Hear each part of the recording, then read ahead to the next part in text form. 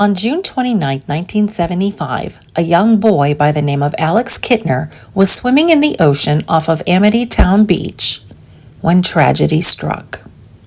A deadly predator lurked in the waters just off the shore, having made its way up to Amity Island through the Gulf Stream from southern waters. It had already found an ample food supply on Amity Island, and it didn't plan on leaving anytime soon. It was on that tragic day that young Alex went for a swim on his favorite yellow raft, only to be consumed by the great white shark that had made Amity its home, in one bloody, but thankfully brief, moment of demise. Alex Kintner was portrayed by actor Jeffrey Voorhees, a real-life Martha's Vineyard resident at that time and still to this day. I had the great pleasure of meeting Mr. Voorhees right on the very same beach where he was eaten by that shark all those years ago. He was kind enough to regale me with some of his experiences as the second victim of the shark in the major motion picture summer blockbuster Jaws. What follows is the interview and conversation that took place that day right on Joseph Sylvia Beach on June 4th, 2024. So now that I have shown you the beach on which poor young Alex Kintner met his demise, I have a special guest.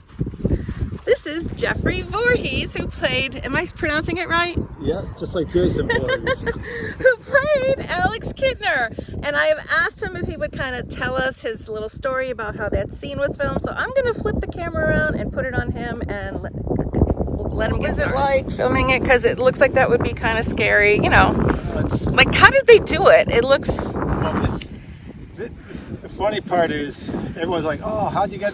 We had just moved down to Martha's Vineyard here back in the 70s. That was the year we moved here. We found out we lived in Edgartown, where the hotels where everyone was staying at, and word got out they need a lot of extras. They'll pay you $40 a day to be an extra in it. So we all said, oh hell, $40 a day. We all signed up, and all of a sudden they said, okay, we'll give you a call. And then they called a few people back and called a few people come back down. They give some papers and they said, read a couple lines here. And you're a 12-year-old kid. It's like, okay, you read a couple lines. And they go, you know what? Okay, you got a speaking part. You get 140 a day. And so my brother, everyone, a lot of friends in Edgartown, they're like, oh, you're getting 140. And I was the same age as Chris Rebello. He was the sheriff's oldest son. We were the same class. Oh, okay. So Chris Rebello, we were good friends, and the little guy, Jane Mello, he lived on the island, the sheriff's youngest son. Do you know the Muffin Man? And you kind of see him, he lives somewhere like up in New Hampshire or something now, but the only other one that's in the movie that's on the island right now is, which filmed right over there, two kids with a fake fin. He's an Oak Bluffs cop now. He's the chief of police in Oak Bluffs. He was in Edgartown police for years. How ironic. And every time there were Jaws tours, he would like, I look out of our restaurant and people, you have like in Edgartown it says the Amityville Bank, and they have that still on the wall in there.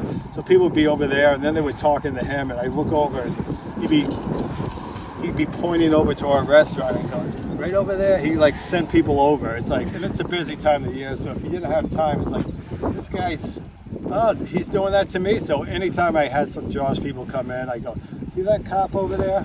That's the kid with the fake fin. It's just payback. It's like, but when they were filming it, they was like, oh, I ended up getting a speaking part, and you know, it's one of Spielberg's first movies, so he wanted everything perfect. And this island, it's strict now, it's even just as bad then. They had to have everything done and be out of here before Memorial Day weekend when this island explodes.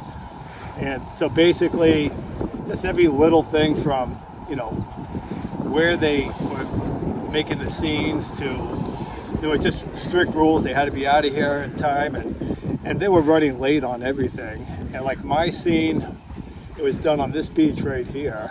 Yeah, all the way back there. We're at the end of the jetty here. And after I get eaten, Brody's running up and down the jetty, and the shark swims through this bridge. That's a new one they rebuilt like maybe 10 years ago.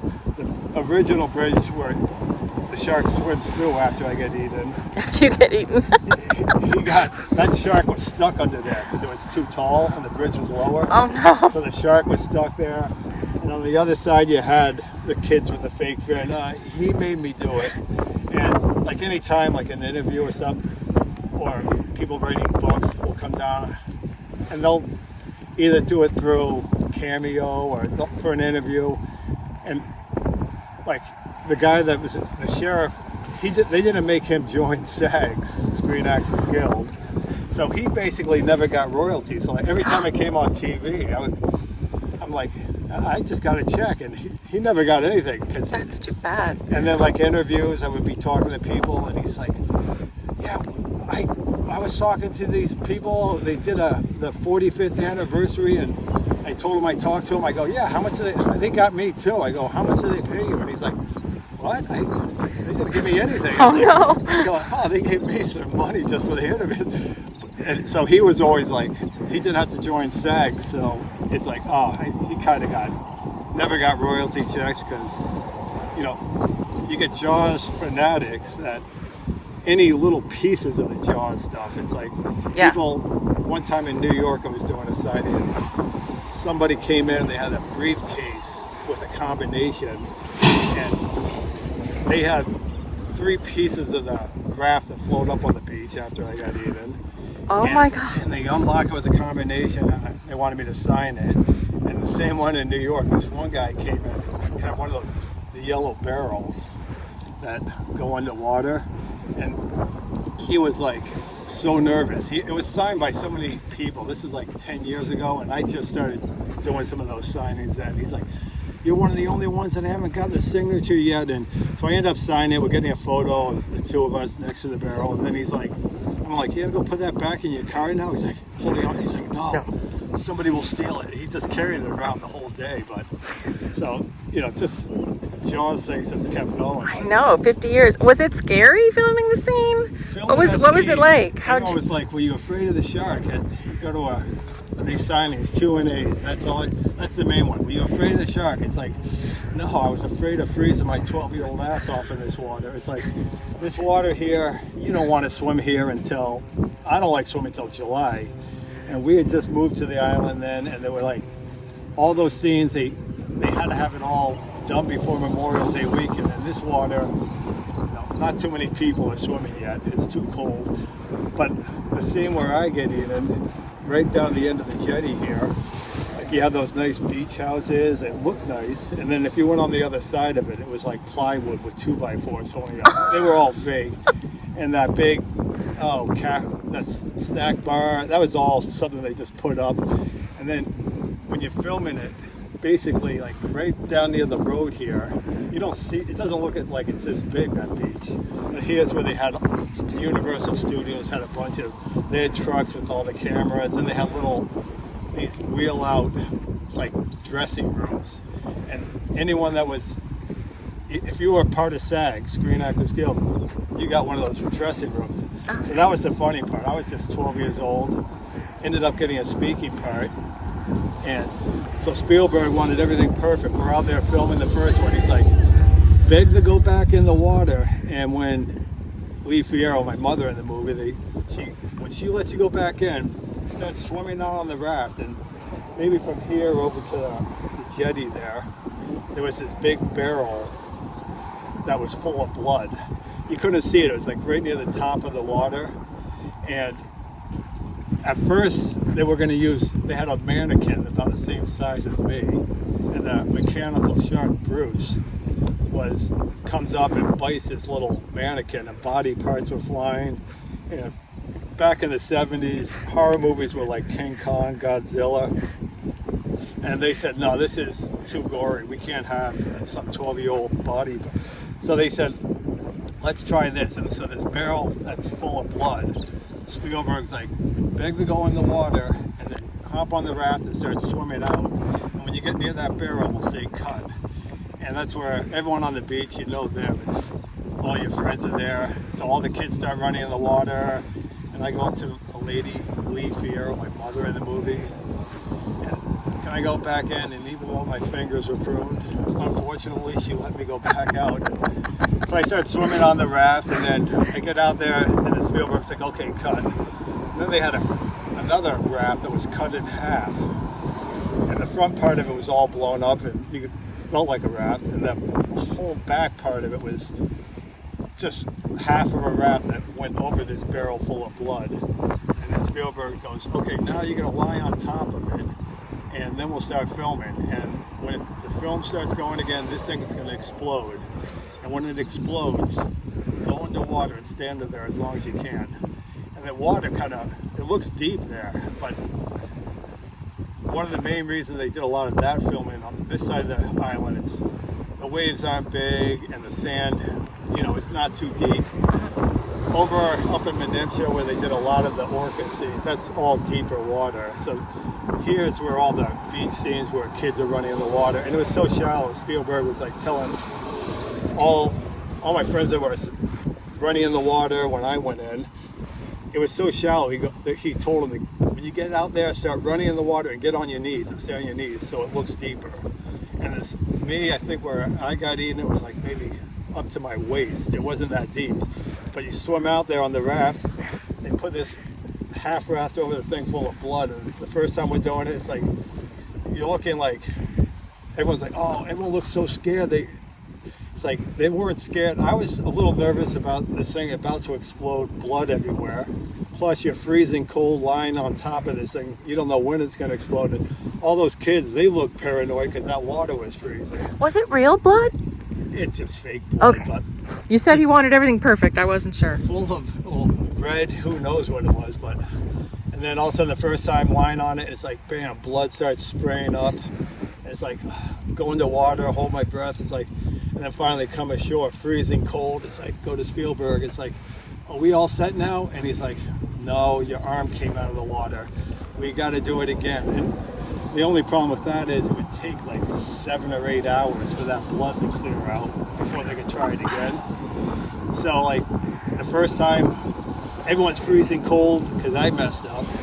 All my friends are like standing there next to these fake beach houses, and I joined, since I was part of SAG, someone's there with a nice rope for me, a bottle of water, and then down on this side of the beach they had dressing robes, and since I was part of Screen Actors Guild, I had a place to go in and stay warm. So everyone's freezing cold out there. I felt bad. All my friends, my brother, everyone out there freezing cold. I screwed up. See you guys later. The next time we try it, we do it again. It's like, bam, blood's flying up, and it's pretty much the same thing. I come ashore, and Spielberg's, no, your leg came out of the water this time. And he wanted everything perfect. And you see a little, so basically we try it day 2. By day 3, I was used to it, and all my friends are freezing cold. It's like, someone's there with a rope for me. It's like, see you guys later. Pull a bottle of water up. I'm going inside where it's warm. It's like, and they'd be stuck out there for hours. And then on day 5, Spielberg finally goes, okay, enough. This is taking too long. He goes, this time we have 2 guys in wetsuits right underwater near that machine. When that explodes this time, each of them going to grab one of your legs and lift you in and out of the water a few times. So in the movie, when you see me come in and out of the water, it's these guys lifting you out, and then they pull you underwater and give you air. So after 5 days, we finally got it, and basically, that's where the shark swims out from after that. But then right down this scene here, they had all the beach scenes from these. Everyone's driving by, and it looks a lot smaller, but it's a lot of dunes here. But then before that whole thing, they had a lot of scenes in Eggertown where it's a small town. We just moved here, like where the school, Eggertown Elementary School, we were in that, and they were filming all the time. And from the school where the harbor is where they had that shark hanging up. And they drove that thing all the way in the back of a pickup truck from Florida, and it stunk so bad. And people would be like, that you could smell that from up in the school. And then all the local fishermen, then this place was more fishing area back then. You had cod fishermen, and they'd be out there, they catch cod all day, and then they fillet them. And the fillets, they had all the carcasses, they had places for them to dump those at on the island here. But all the locals were getting so mad because that shark that they had hanging up for a week or two stunk so bad. Some of the local fishermen at night, after they filleted their fish, they, instead of going to the dump to get rid of the carcass, they go over to Spielberg's house that he was renting, and they were dumping it up on his yard. So it's like payback time. It's like, but just little things like that. It's like, or you know that parade scene that they have in that, in that town. If you know that it's a one-way street and the parade's going the wrong way, and I just moved to the island, and I was in the band that's plays it. You see the band going up the street, and it was the Edgartown Boys and Girls Club, and I was in the band in that, and they hired that band to be in it. But Spielberg comes over and says, "No, I couldn't be in it." Because you were dead. He goes, "You die in this movie, you can't be in that scene because it just might not look good." And it's a small town, so we would see him all the time in town. We lived right down in town. So every time we saw him, I'd run up to him, "Come on, why can't I be in it? That scene? I'm still alive in that." That's right, you are. And he finally goes, "Okay." He gave up. He goes, "Okay, you're still alive. You could be in that scene."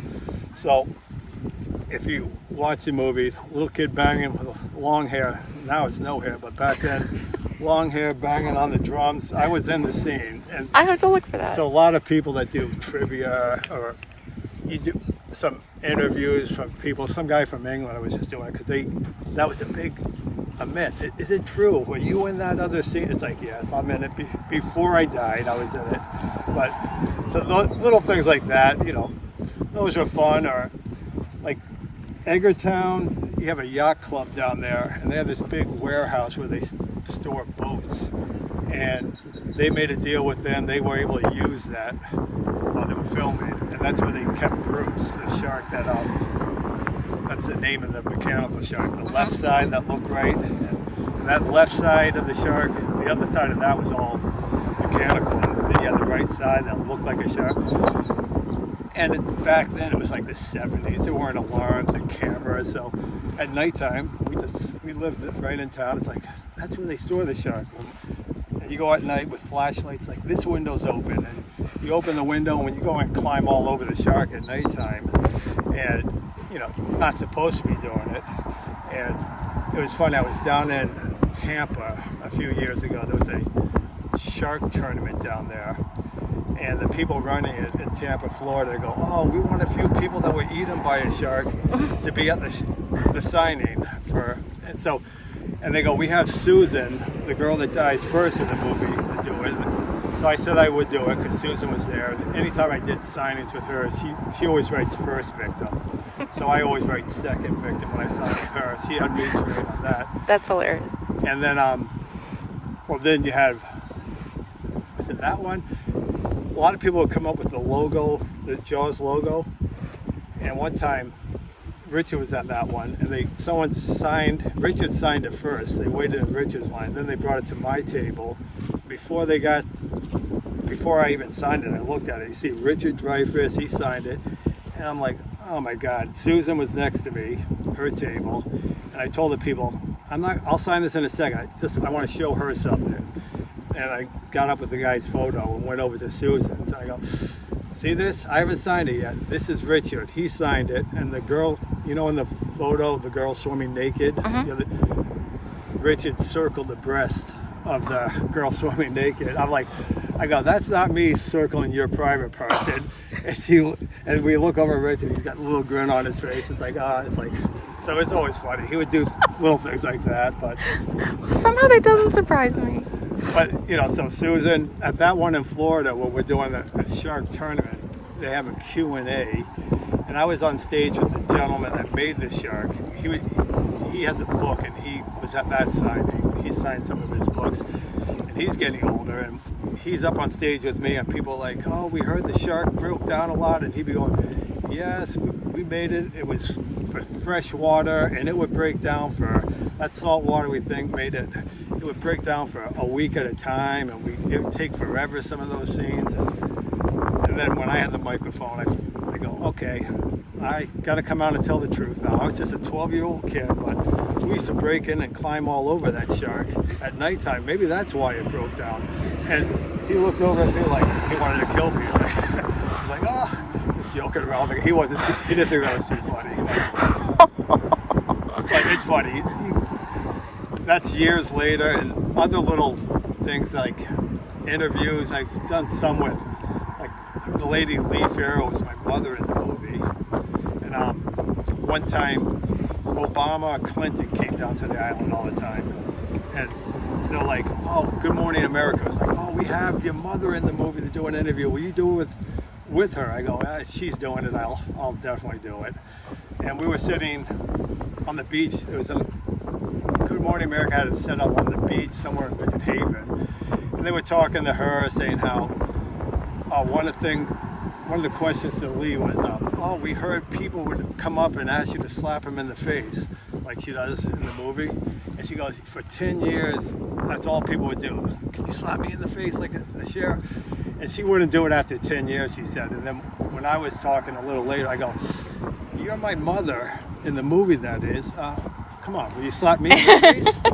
And she's like, what? And the guy behind the camera is shaking his head, yes. And I go, come on, Mom, get me. And so she goes, okay, she got a little tap.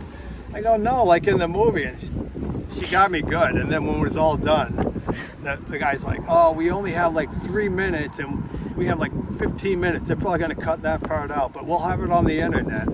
But she got me good on that. But she was hilarious. She was like one of the other people that was kind of from the island. She was doing a lot of plays in New York and stuff. Okay. And unfortunately, she got COVID, and they had her in a nursing home, and she didn't make it through that. And that was a few years ago. And I didn't know that. And she was a sweetie, because I would see her. She kind of lived on the island part-time, but she did a lot of plays in New York, Lee Farrow. And one time we have a restaurant, and there was like an Alex Kintner burger on the menu. And you like look out, it's like, damn, there's Lee Farrow. I had not seen her in years. And it's like, I told the waitress, I have this table, and I didn't know her friend, some older lady. So I go down with a pen and paper. I go, okay, ladies, what can I get for you? And she looks over. She knew it was me, but didn't say anything. And I go, before we go any further, I'm going to ask you a personal, odd question. Tell me to go away if it's too strange.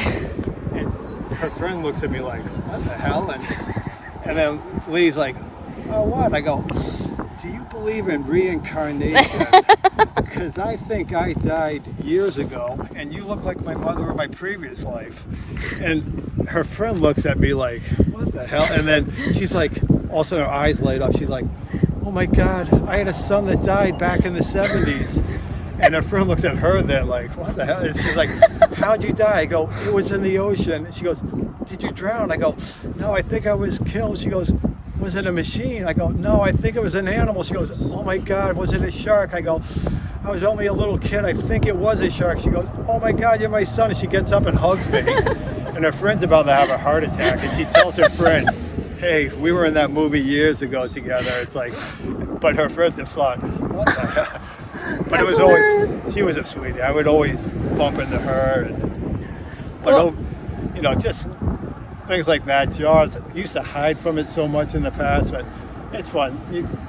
We travel around. I'll do a couple signings, but you get some real Jaws fanatics. Like, this one, if it's on TV, you still get a royalty check. They're small, but like my brother lives over in Portugal. He's like, good news, you just died on TV over here. You get a little check, but the top part of the check will say Universal Studios, your name, the amount, and you rip that part off, and the bottom half of the check has all the details. It will say Universal Studios, episode Jaws, CBS, what the last one is, Social Security, how much the check was for, how much you paid Social Security, union dues, and that part you just throw it away.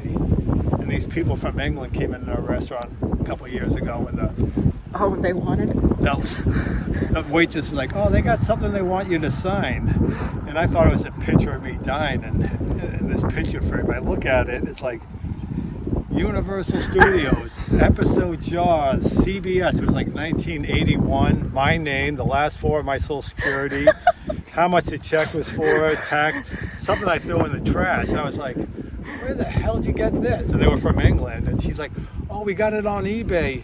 It's like, People are going through your trash. for something I threw away back in 1981. And she's like, oh, we got it for $8,700. It's like, oh my God. Wow. So I don't throw them away anymore.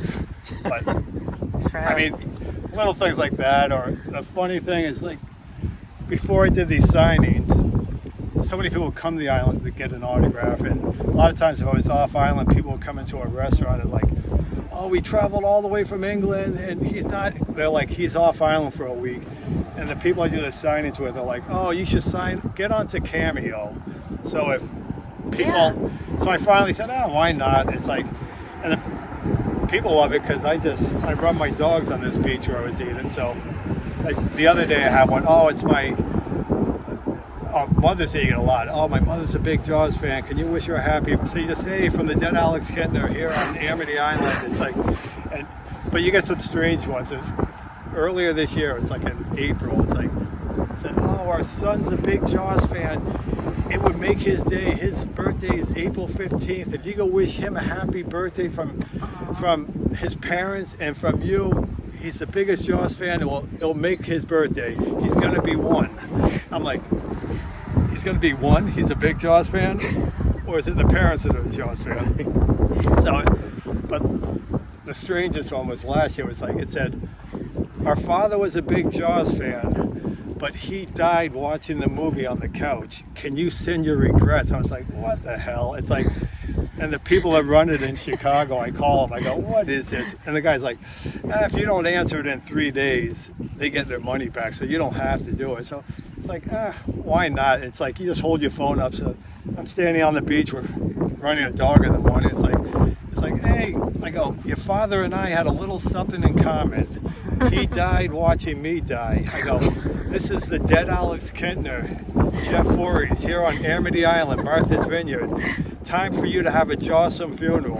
And I thought they were going to be bad. They were like, 5 stars, thank you so much. It's like, tell them, hey, your father died on the couch watching me die. Have a jawsome funeral. Well, I have an interesting question. It sounds like Jaws has certainly shaped your life, brought you all these opportunities. This is really out there. If you hadn't died, what do you think you would have grown up to be? I'd probably still be on the island running a business and renting out some places. I like the island here, but the Jaws part, for years people would come in and I just hide from it. But then all of a sudden, since the internet, then it's like, wait a minute, because I would get so many photos, people would mail them. Can you sign them? And at first I would sign them, and then the internet came around. You look on the internet, you signed it, someone, I'll be nice and sign it. And then all of a sudden, they're selling it on the internet. Oh. And I would have like a pile of them. My brother's like, you haven't mailed those back yet. I'm going, they're just going to sell them on the internet. And he goes, well, you got to sign them. So he starts signing them. He writes his name, and he goes, the brother of Alex Kintner, I'm the kid on the beach, the same, and he was mailing all those back, but it makes some people so happy. It's like, you go to these signings, this one little girl, she had a raft, she wanted signed, and she was crying, and it was like, it's like, okay, it just makes some people's day. It's like, oh, okay. I love it. Well, thank you so much. Thank you for sharing your story with us. Thank you for your role in the most iconic summer blockbuster of all time, and we so appreciate your time. Next year will be the 50th anniversary of how long I've been dead. It's like technically 50 years today because it was filmed in May. 50 years ago. I mean, now on that day, I'm already getting these things. People send them to me. This time of the year, this one photo, I'm not sure if you can see it. Start sending this to me. This came just yesterday, email saying, oh, we're thinking of you. You've been gone another year. It's like, and it's saying, it's been another year. And it's so many people that those couple weeks. Oh, you've been gone another year. It's been 49 years. It's like, so every year it's like a celebration of another year of being dead. You make people happy. Thank you.